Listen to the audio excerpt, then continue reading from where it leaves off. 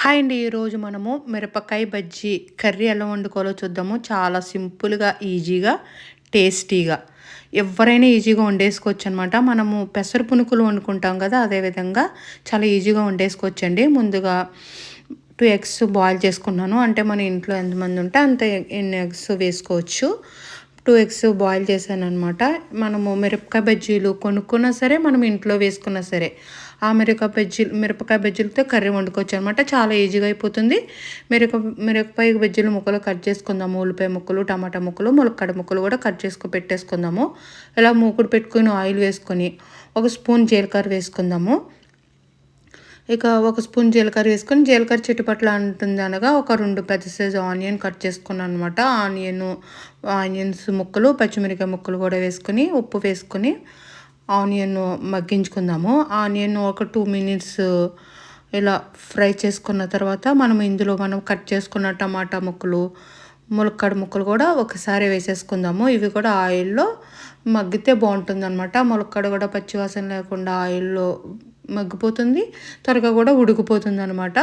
టమాటా ముక్కలు కూడా సాఫ్ట్గా మగ్గే వరకు మగ్గించుకుందాము. కోడిగుడ్లను కూడా ఉడికిపోయి ఒలుచుకొని పెట్టేసుకుందాము. ఇప్పుడు పసుపు, మనము తినే కారాన్ని బట్టి కారం కూడా వేసుకొని కలిపేసుకుందాము. ముందుగా అల్లం వెల్లుల్లి పేస్ట్ వేద్దాం అనుకున్నాను అనమాట. ముందు పసుపు, కారం వేసేసాను. ఇప్పుడు మనం ఒలుచుకున్న కోడిగుడ్లకి ఇలా నాట్లు పెట్టుకుందాము. ఇలా నాట్లు పెట్టుకుని కోడిగుడ్లు కూడా టమాటా ములక్కాడతో కూడా ఫ్రై చేసేసుకుందాము. ఈ కోడిగుడ్లు వేసే ముందర అల్లం వెల్లుల్లి పేస్ట్ వేసుకుని ఫ్రై చేసుకుని కోడిగుడ్లు వేసుకుంటే ఇంకా కోడిగుడ్డు అంటే విరిగిపోతుంది అన్న భయం ఏమి ఉండదు. ఇప్పుడు కూడా ఖాళీగా ఉన్నది కాబట్టి ఇప్పుడు అల్లం వెల్లుల్లి పేస్ట్ వేసుకుని పచ్చివాసన లేకుండా దోరగా వేయించేసుకుందాము. చాలా ఈజీగా అయిపోతుందండి. మనకి మిరపకాయ బజ్జీలు ఉన్నాయి, కర్రీ ఏమీ లేకపోయినా మనం పెసర పునుగులు తెచ్చుకొని కూర వండుకుంటాం చూడండి. అలాగే మిరపకాయ బజ్జీలు తెచ్చుకొని కూడా ఈజీగా కూర వండేసుకోవచ్చు. మనం మిరపకాయ బజ్జీలు వేసుకున్నప్పుడు ఒకసారి ఇలా ట్రై చేయండి, చాలా బాగుంటుంది.